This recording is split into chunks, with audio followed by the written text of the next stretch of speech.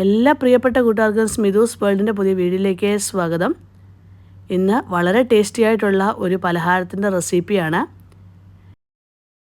വ്യത്യസ്തമായിട്ടുള്ള ഒരു പലഹാരം തന്നെയാണ് തയ്യാറാക്കിയിരിക്കുന്നത്.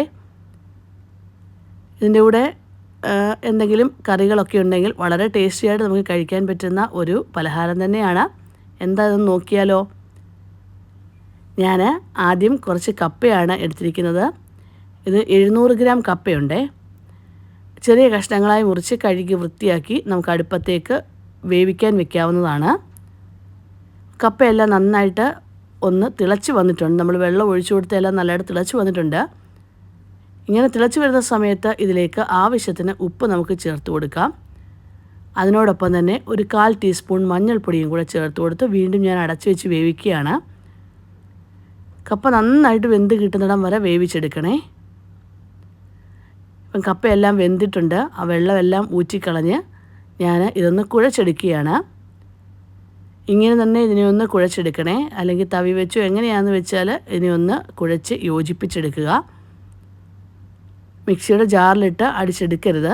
കാരണം അതങ്ങ് പശ പോലായി പോകും. അതുകൊണ്ടാണ് പറഞ്ഞത് അങ്ങനെ ചെയ്യരുത്. ഈ ഒരു രീതിക്ക് മാത്രമേ കുഴച്ചെടുക്കാവൂ. ഇപ്പോൾ ഉപ്പ് കുറച്ച് കുറവുണ്ടെന്ന് തോന്നി ഞാൻ കുറച്ച് ഉപ്പ് കൂടി ഇട്ടു. അതിൻ്റെ കൂടെ തന്നെ 1 ടേബിൾ സ്പൂൺ എണ്ണയും കൂടെ ഒഴിച്ചു കൊടുത്തിട്ടുണ്ട്. എന്നിട്ട് നന്നായിട്ട് നമുക്ക് യോജിപ്പിച്ചെടുക്കാം. കയ്യിൽ ഒട്ടിപ്പിടിക്കുന്നു തോന്നിക്കഴിഞ്ഞാൽ കുറച്ച് എണ്ണ തൂത്തിട്ട് നമുക്ക് ഇങ്ങനെ കുഴച്ചെടുത്താൽ മതി. ഇതിൻ്റെയൊക്കെ അളവുകൾ നമുക്ക് നമ്മുടെ ഇഷ്ടത്തിനനുസരിച്ചൊക്കെ എടുക്കാവുന്നതാണ്. ഞാൻ കണ്ടോ ഇങ്ങനെ ഒരു മാവ് രൂപത്തിൽ തന്നെ ഇതിനെ കുഴച്ചെടുത്തിട്ടുണ്ട്. ഒട്ടും കട്ടയില്ലാതെ തന്നെ നന്നായിട്ട് കുഴച്ചെടുക്കണം. കുറച്ച് എണ്ണയും കൂടെ ഞാൻ ഒഴിച്ചു കൊടുത്തു. ഈ ഒരു മാവ് രൂപത്തിൽ ഞാൻ അതിനെ തയ്യാറാക്കി എടുത്തിട്ടുണ്ട്. ഇനിയും ഇതിലേക്ക് ഞാൻ ചേർത്ത് കൊടുക്കുന്നത് 1/2 ടീസ്പൂൺ കസൂരി മേത്തിയും 1/2 ടീസ്പൂൺ ജീരകം കൂടാണ് ചേർത്ത് കൊടുക്കുന്നത്.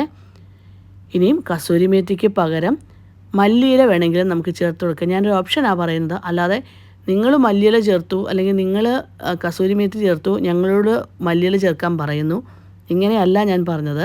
കസൂരി മേത്തിയുടെ ഫ്ലേവർ ഇഷ്ടമില്ലാത്തവർക്കാണെങ്കിൽ മല്ലിയില ചേർത്ത് കൊടുക്കാം. ഇതിലേക്ക് 1/2 കപ്പ് തേങ്ങ കൂടെ ചേർത്ത് കൊടുക്കാവുന്നതാണ്. പക്ഷേ ഞാനിപ്പം ചേർത്ത് കൊടുത്തിട്ടില്ല. ഇതൊക്കെ നമ്മളുടെ ഇഷ്ടത്തിനനുസരിച്ച് നമുക്ക് ചെയ്യാവുന്നതാണെന്നുള്ളതാണ് ഞാൻ പറയുന്നത്. കയ്യിൽ ഒട്ടിപ്പിടിക്കുന്നു എന്ന് തോന്നിക്കഴിഞ്ഞാൽ കുറച്ച് എണ്ണ ഒഴിച്ച് വേണം ഇങ്ങനെ ഉരുളകളൊക്കെ ആക്കി എടുക്കാൻ. ഇപ്പോൾ ഒട്ടും കട്ടയില്ലാതെ തന്നെ ഞാൻ കുഴച്ചെടുത്തിട്ടുണ്ട്. എന്നിട്ട് ഇപ്പം കണ്ടു ഞാനിതെല്ലാം നന്നായിട്ട് കുഴച്ചെടുത്തിട്ടുണ്ട്. ഉപ്പുണ്ടോ എന്ന് നോക്കണേ. എന്നിട്ട് ചെറിയ ഉരുളകളാക്കുക. കയ്യിൽ വെച്ച് തന്നെ നമുക്കിതൊന്ന് പരത്തിയെടുക്കാം. നിങ്ങൾക്ക് ഇഷ്ടമുള്ള ഏത് രീതിയിലാണോ അങ്ങനെ പരത്തിയെടുക്കാം. കുറച്ച് കട്ടിയിൽ തന്നെ പരത്തിയെടുത്തിട്ടുണ്ട്. നമ്മൾ പത്തിരിയൊക്കെ തയ്യാറാക്കത്തില്ലേ, അതുപോലെ കുറച്ച് നൈസായിട്ടുള്ള പത്തിരി അല്ലാതുള്ള പത്തിരി തയ്യാറാക്കുമ്പോൾ കുറച്ച് കട്ടിയായിട്ടല്ല തയ്യാറാക്കുന്നത്. ആ ഒരു രീതിക്ക് തന്നെ ഞാൻ തയ്യാറാക്കി എടുത്തിട്ടുണ്ട്. അങ്ങനെ ഞാൻ എല്ലാ ഉരുളകളും പരത്തിയെടുത്തിട്ടുണ്ട്. ഇനിയും അടുപ്പത്തേക്ക് ഒരു ഫ്രൈയിങ് പാൻ വെച്ചു. അതിൽ കുറച്ച് എണ്ണ മാത്രം ഒഴിച്ചു കൊടുത്തിട്ടുണ്ട്. എണ്ണ ചൂടായി വരുമ്പോൾ ഇതിന് മുകളിലേക്ക് നമ്മൾ ഈ പരത്തിയെടുത്ത് വെച്ചിരിക്കുന്ന കപ്പയുണ്ടല്ലോ അത് ഓരോന്നായിട്ട് നമുക്ക് വെച്ച് കൊടുക്കാം.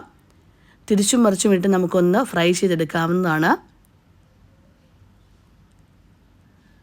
കളർ നല്ലതായിട്ട് മാറി വരുന്നിടം വരെ ഇതിനെ ഒന്ന് ഫ്രൈ ചെയ്യുക.